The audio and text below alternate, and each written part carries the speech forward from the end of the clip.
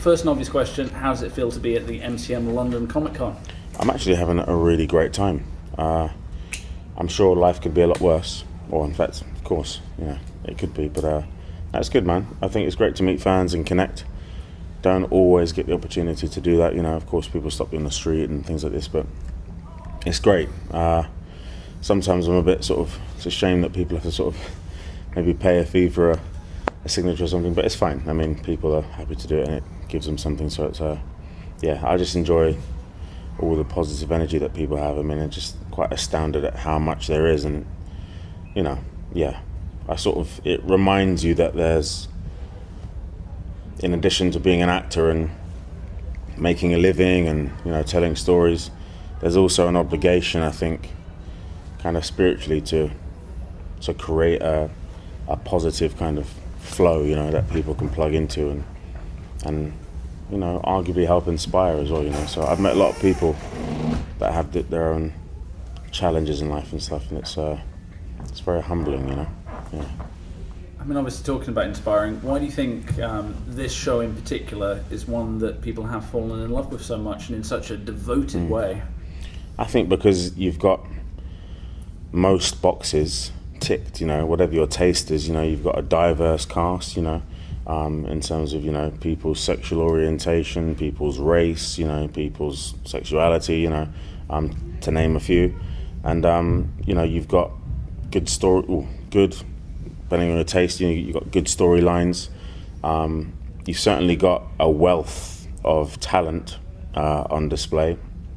People that are willing to give everything to get that shot for the moment, and are willing to sacrifice and commit as much as they can, if not more, And I think that all plays into, making it an arresting kind of watch, So, from the people I've spoken to and people that have been gracious enough to come to me and share their thoughts, that's certainly what I've picked up from it. And, I've watched it myself on occasion, and I think that, the final product, everything is a bit flawed, but, humans are, so what we create is going to be also. But fundamentally, I think that it's a good show, and one deserving of an audience, which it has, so, everything's blessed. Yeah. How does it feel for you to be adding to the mythology? It feels good, man. I mean, I haven't really seen any of the other Musketeers stuff. I've read the source material, but I did that as research for the preparation of playing a Musketeer. In addition to reading Tom Rees's book, The Black Count, for obvious reasons. And it's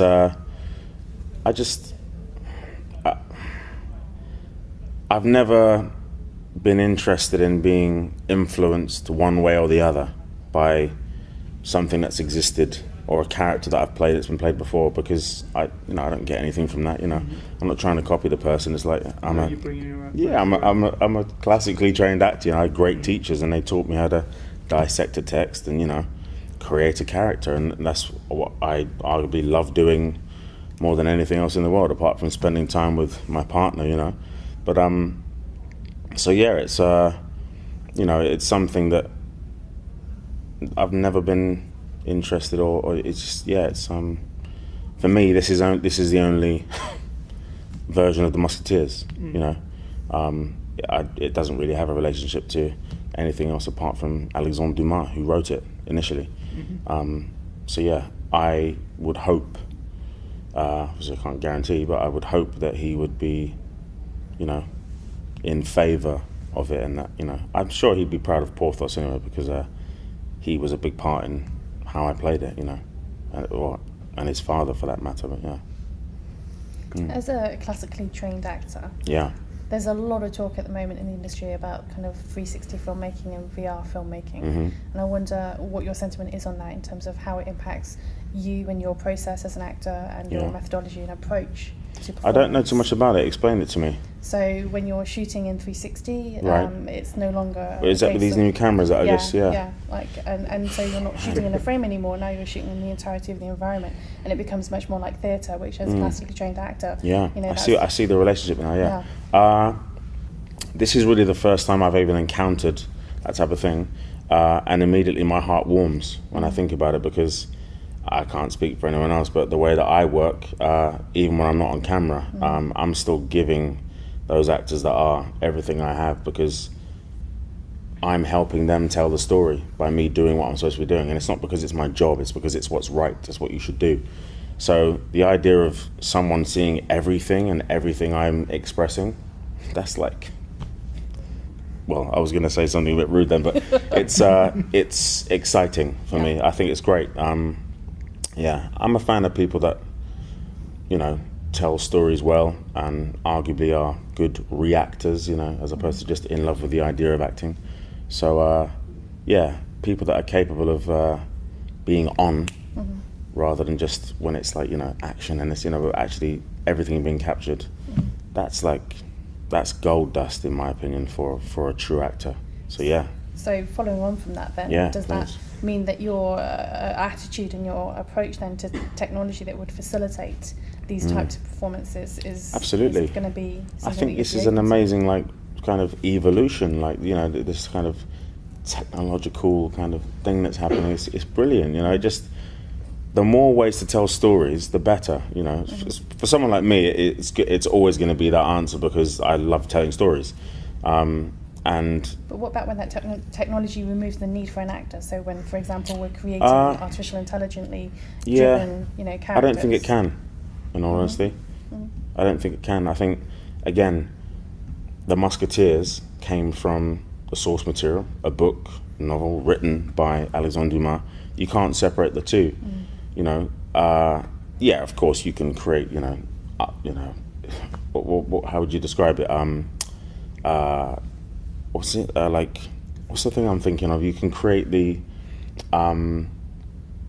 You're talking about the avatar or the illusion? Yeah, like you can create that, yeah. Right? But it's still based on human behavior, and so humans are always going to be the best qualified to do that. I just don't think you can teach that to machines, or it's not going to be the same. It's not going to be authentic. Yeah. And I think there will always be a need, an urge, a desire, as well as, of course, for the moneymakers, a market for authenticity. And so how can that ever go out of fashion? Yep. You know? Yeah. Talking about humans, you have the luxury of working alongside some fantastically talented humans on this project. Can you talk a little bit about the rest of the cast and what the atmosphere is actually like on set? Well, it was always joyous. You know, it's hard to call it work, because, you know, you get to kind of see people that you either love or respect every single day, and it was always an environment where the work was the most important things, particularly for the cast, you know, and you know, the likes of the other guys, you know, the gals. Not only are they great actors and practitioners, but for me, they were great teachers, you know, whether they know it or not. And I learned something from every single one of them. And of course, you've got, you know, the great kind of pillars of experience, you know, like Mr. Capaldi. I'm sure he'll be Sir Capaldi someday. And then you've got Liam Cunningham, and, you know, just to name a couple. But from all of them, I watch, you know, like a hawk and learn and absorb all they have to offer, whether or not they're doing it, you know, willingly or not. I'm still taking it and absorbing it. So they were great teachers, and you know, I could tell you some stories about lessons that were learnt, and these are things that, you know, you require, I think, if you're going to be the best you can be. Yeah. I mean, it sounds like you have a lot of stories. Could you maybe just share just one of those?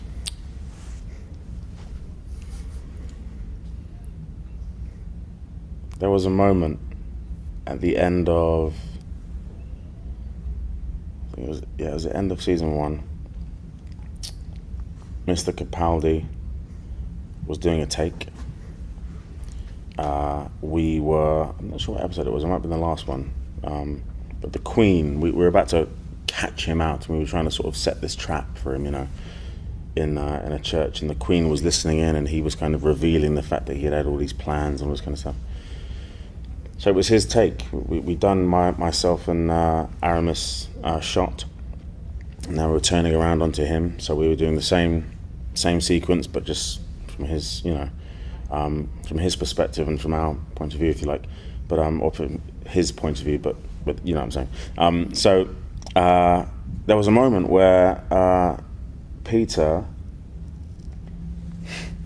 said he was doing his thing, you know, and playing the scene, and he just suddenly switched and started swearing and being like, "You fucking knuckleheads," you know, and he went crazy.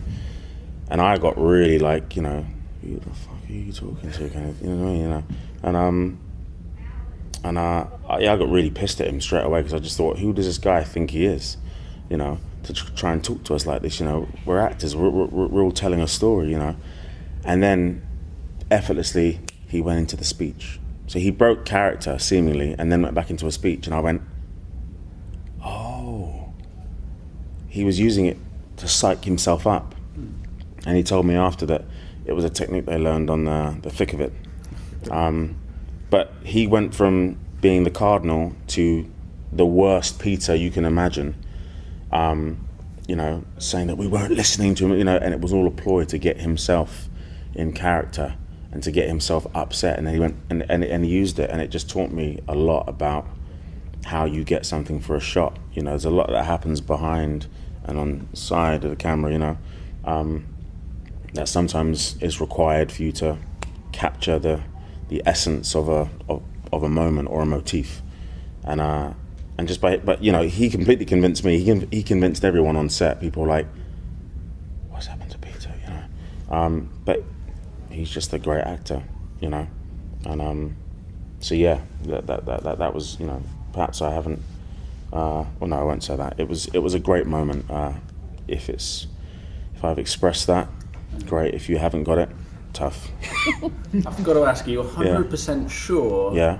He was just getting him to say he wasn't. No. He was, because I went up to him and I said to him, "Why did you direct that at me?" You know, and he went, "Because I knew that you would give me what I needed."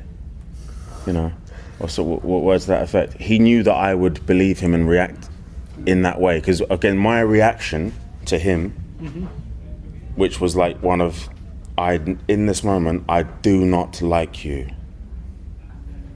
Right, in that moment, sorry, you're right. No, that's fine. in that moment, right, he was then able, we call it the figure of eight, right? So in that moment, he was able to then look at me and get completely what he needed, and look at me with the attitude that he needed as the cardinal, you know.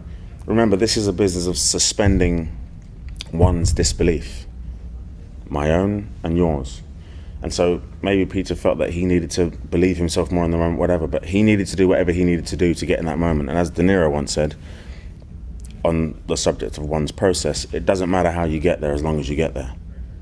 If you don't get there, then we're going to have a problem. And he got himself there. He also got me there in that moment. So this is what we call genius, you know? So yeah. Thank you so much for sharing that with us. And Bless, man. We'll let you get on, I think. All right, cool, man. Pleasure. Did you have a question, by the way? I just wanted to know... Just before, because he hasn't asked a question, so we'll just do that. Go on, What man. was it like learning like all the sword fighting skills and stuff? How intensive was that? Did you have to go on like a quick course or...? We did a boot camp Okay. For I think just over a week, beginning of every season. And that was invaluable. We had a great stunt coordinator and stunt team, Merlet, which is a Czech stunt company with real musketeers, it seems. Roman was kind of one of those leaders in that pack. And he taught us a lot, you know, about our physical life, you know, how we were as musketeers, and the way in which you fight, the way you carry yourself individually as well as collectively, really just informs your choices as an actor and therefore a character in 17th century Paris and France. And so yeah, the physical life for those characters was essential, and those guys really helped us discover that. But in terms of the actual doing it, I've always likened it to learning a language. Okay. You know, in the sense of you start learning, you know, your vowel sounds and your consonants, and then you're making sort of, you know, you're saying words, and then you're forming sentences, and then before you know it, you're having a conversation, right? So it's kind of like that. It's a well-rehearsed, violent dance, you know.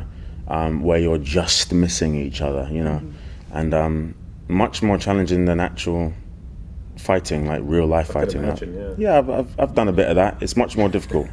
Well, you know, if you're trying to hit each other, it's kind of easy, you know. Just try and hit each other. But to just trying to miss, that's a whole different kettle of fish, and but very enjoyable. And it's always nice to kind of, you know, beat someone with a fork. You know, that's always going to be cool. You know what I mean? I don't know anyone who's done that in real life, but I did.